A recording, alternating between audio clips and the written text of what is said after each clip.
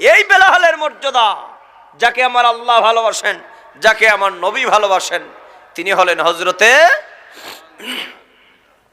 আমার বাবাজিরা। এখন বুঝতে পারেন এই বেলাল রাদিয়াল্লাহু তাআলা তিনি আযান দিচ্ছেন, আল্লাহু আকবার, আল্লাহু আকবার, আশহাদু আল্লা ইলাহা ইল্লাল্লাহ, আশহাদু আন্না মুহাম্মাদার রাসূলুল্লাহ। বড় মধুর কণ্ঠে প্রাঞ্জল ভাষায় তিনি আযান দিচ্ছেন, আশহাদু আন্না মুহাম্মাদার রাসূলুল্লাহ। এই কথা যখন হযরতে আবু বকর সিদ্দিক রাদিয়াল্লাহু তাআলা আনহুর কানের মধ্যে পৌঁছায়, সিদ্দিক আকবরের মনে হয়ে যায় আল্লাহ পাক তো বলেছেন আমার বন্ধুকে মহব্বত করবা, সম্মান করবা, আমার বন্ধুকে তাজিম করবা। হযরতে আবু বকর সিদ্দিক রাদিয়াল্লাহু তাআলা নবীজির হুজরার পাশে গেলেন আর ভাবতেছেন, কয় বেলাল এত সুন্দর করে আমার মদিনার নবীর নাম উচ্চারণ করতেছে, আমি যদি পাই আমার মদিনার নবীর কদমে চুমা খাবো, নবীজিকে সালাম জানাবো। আমার বাবাজিরা মহব্বত কারে বলে? শুধু মুখ দিয়ে বলো রে মহব্বত করি, নবীকে ভালোবাসি, কিন্তু কাজে নাই রে বন্ধু।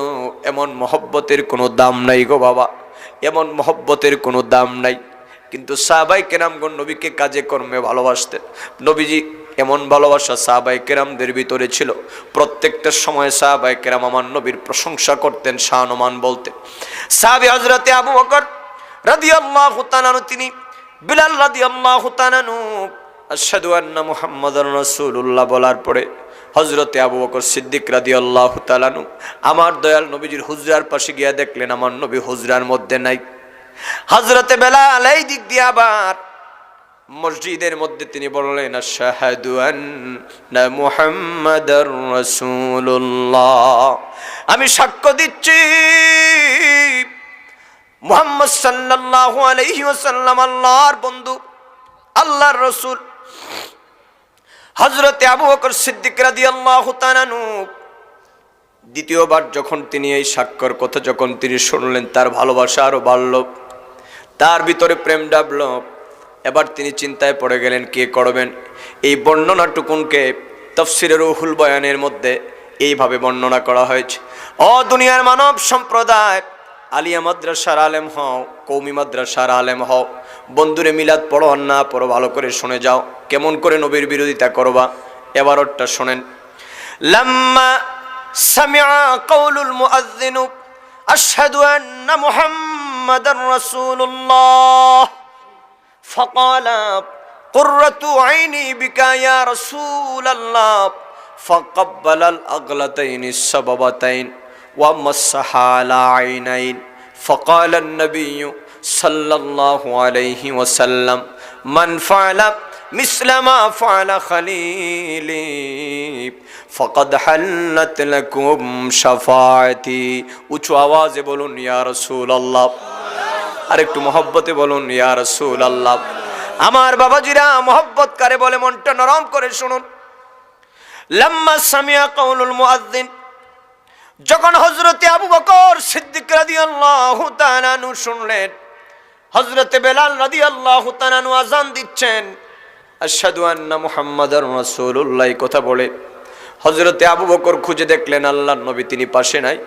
এখন নবীজিকে যদি তাজিম না করি, সম্মান যদি না করি, এমনও তো হতে পারে বয়াল হাসরের ময়দানে আল্লাহ পাক বললেন, আবু বকর রে, তোমার সামনে আমার নবীজির নাম উচ্চারিত হয়েছিল রে আবু বকর, কিন্তু তুমি আমার মদিনার নবীকে কেন তাজিম করো নাই, কেন সম্মান করো নাই। এই কথা যদি আমার আল্লাহ পাক বলেন, তাহলে তো আমি আল্লাহর দরবারে কোনো জবাব দিতে পারবো না, আমি আল্লাহর দরবারে মাফও পাইতে পারবো না। কত সেন্সিটিভ বিষয়, কত মহব্বত, কত ভালোবাসা দেখেন বন্ধুরা আমার। এজন্য আজানের মধ্যে আশহাদু আন্না মুহাম্মাদুর রাসূলুল্লাহ বলার পরে তিনি না পায় আল্লাহর নবীকে, এবার তিনি বললেন কুররাতু আইনি বিকা ইয়া রাসূলুল্লাহ, ওগো নবীজি ইয়া রাসূলুল্লাহ, ইয়া হাবিবাল্লাহ, ওগো নবীজি যদিও আপনি আমার পাশে নাই, কিন্তু আমি আবু বকর বললাম, আপনি নবীজি হলেন, আমি আবু বকরের চোখের মণি। মারহাবা ইয়া মারহাবা ইয়া মারহাবা রাহমাতুল লিল আলামিন। বলুন না সবাই, মারহাবা ইয়া মারহাবা ইয়া মারহাবা রাহমাতুল লিল আলামিন।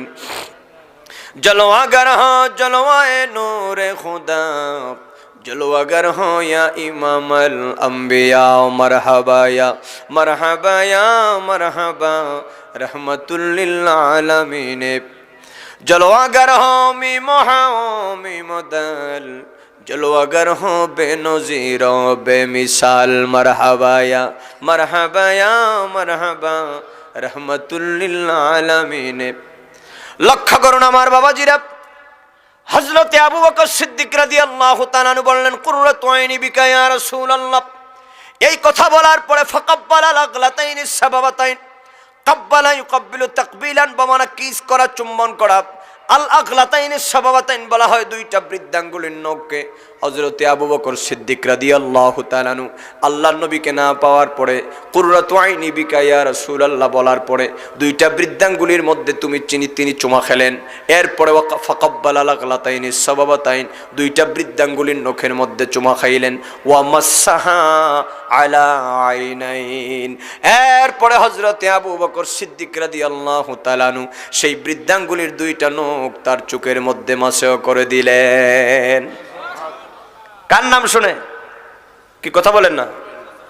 আমার দয়াল নবীর নাম শুনে বৃদ্ধাঙ্গুলির মধ্যে চুমা খেলেন আর দোয়া পড়লেন কুররাতু আইনি বিকা ইয়া রাসূলুল্লাহ ওয়া মাসসাহা আলা আইনাইন। এরপরে তিনি তার দুটি চোখের মধ্যে ওই দুইটা নখ কি করলেন? মাসহ করলেন।